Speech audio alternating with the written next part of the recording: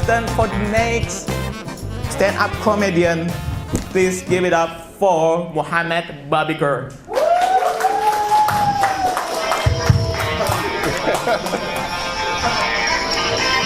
Thank you.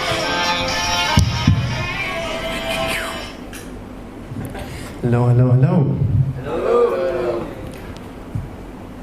Also, MC, you forgot to announce the topic, but it's okay. Tips, we all learn. So where are you from? It's a normal question that might be pondering in your mind right now.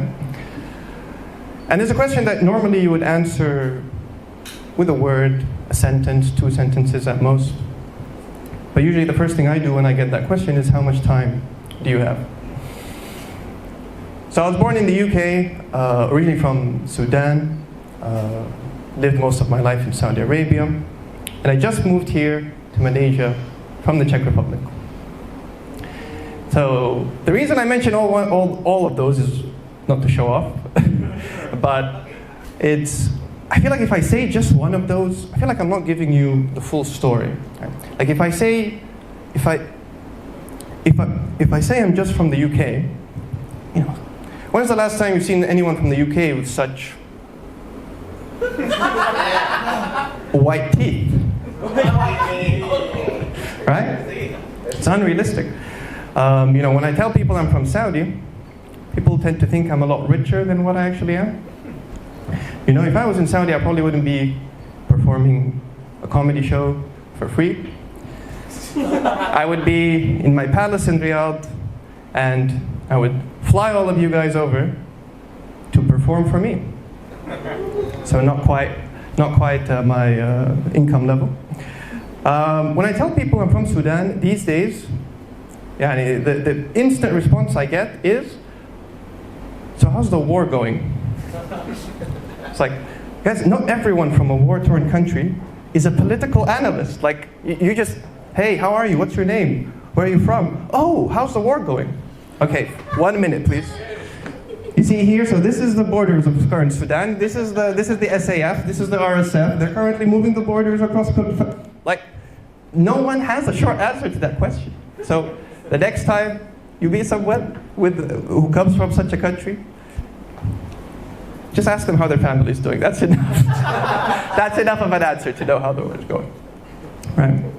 The last time I told someone coming from the Czech Republic, I was actually at the airport here. You know, they were asking me, where are you flying from? I said, coming from the Czech Republic. I said, oh, I didn't think Chechnyan people look like that. I'm sure. Do you guys know the difference between Chechnya and Czechia? Yeah. Lovely joke, also.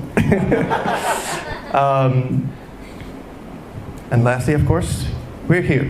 So I'll give you sort of a little touch about all of those touch points. So of course I was born in the UK, grew up there.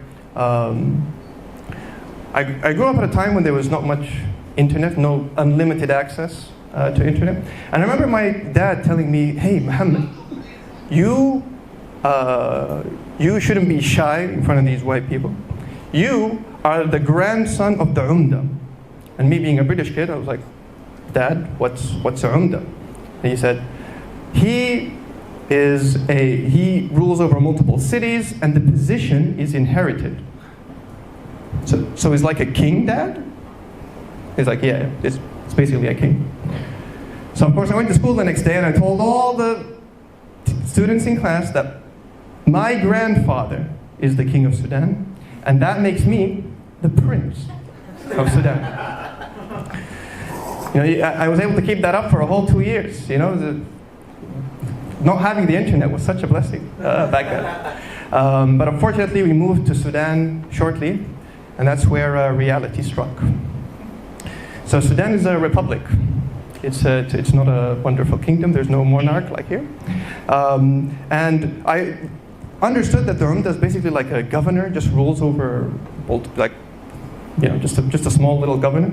And one interesting fact about my grandfather is he was one of the first 5 people to own a car in Sudan, which says more about the economic state of Sudan than about my grandfather, but that's fine. But I didn't enjoy my time there for long either, because then very soon afterwards, my family chose to move to Saudi Arabia. And for me, that was really the biggest culture shock, right? For those who lived in Malaysia, it's a Muslim country. It's very different from some other Muslim countries. But Saudi Arabia, especially at the time, was very strict. My sisters all of a sudden had to wear the full abaya, including the face veil. I could just remember how terrifying it was to go shopping with my mom. Not because she's wearing the abaya, but because every other woman is wearing the exact same abaya. You realize that as a kid, if I took my eyes off my mom for 1 second, I'm lost.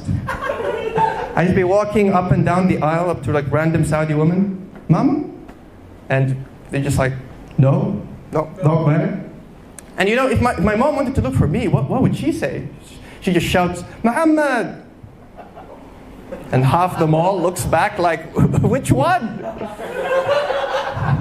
So, went over to a lot of wrong houses. Thankfully, they've changed those laws recently, so yay.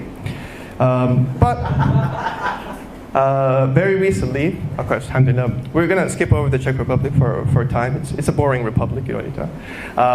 But thankfully, we moved here to Malaysia just 5 months ago. It's been a pleasure. And one of my favorite things when I come to a new country is to check out the local tea. Right. So as soon as I got on the cafe here and I saw everyone drinking this milk tea in lots of different cups, I asked, what is this? And they said, that's Tarik. And of course, in my Arab ear, I heard that tea Tarik.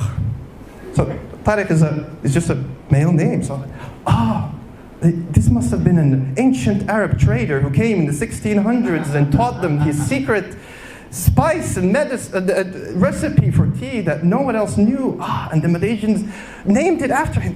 Wow, what an amazing story. And I started sipping it and absolutely fell in love. Tarik is amazing. So when I'm in the 5th cup, I start calling my parents, calling my family, telling them about the lovely tea. And I'm telling them this story, and then I'm like, let's try another one. What's this? Halia. And it's ginger. He must have had a daughter named Halia. And she must have had a lot of attitude. It just named her, and just named the tea after her. And then I started building this whole family tree until this Malaysian uncle came over. He's like, brother, it's not a name. It's not Arabic, it's Malay root. It just means pull. And then he pointed to the door at the restaurant, literally saying Tarik in capital letters. I was, So are you telling me the acrobatics that they do, that actually has a purpose? It's like, yes, that's why it's called pull. So back in Saudi, it's just action, and they only do it like this, very little. So was an incredibly educational experience. But it was very heartbreaking for me to tell my parents about the reality after I convinced them about this whole family. So I haven't updated them to this day. You could say I pulled one over them, or I Tariked one over them. That's all. Thank you. Tarik.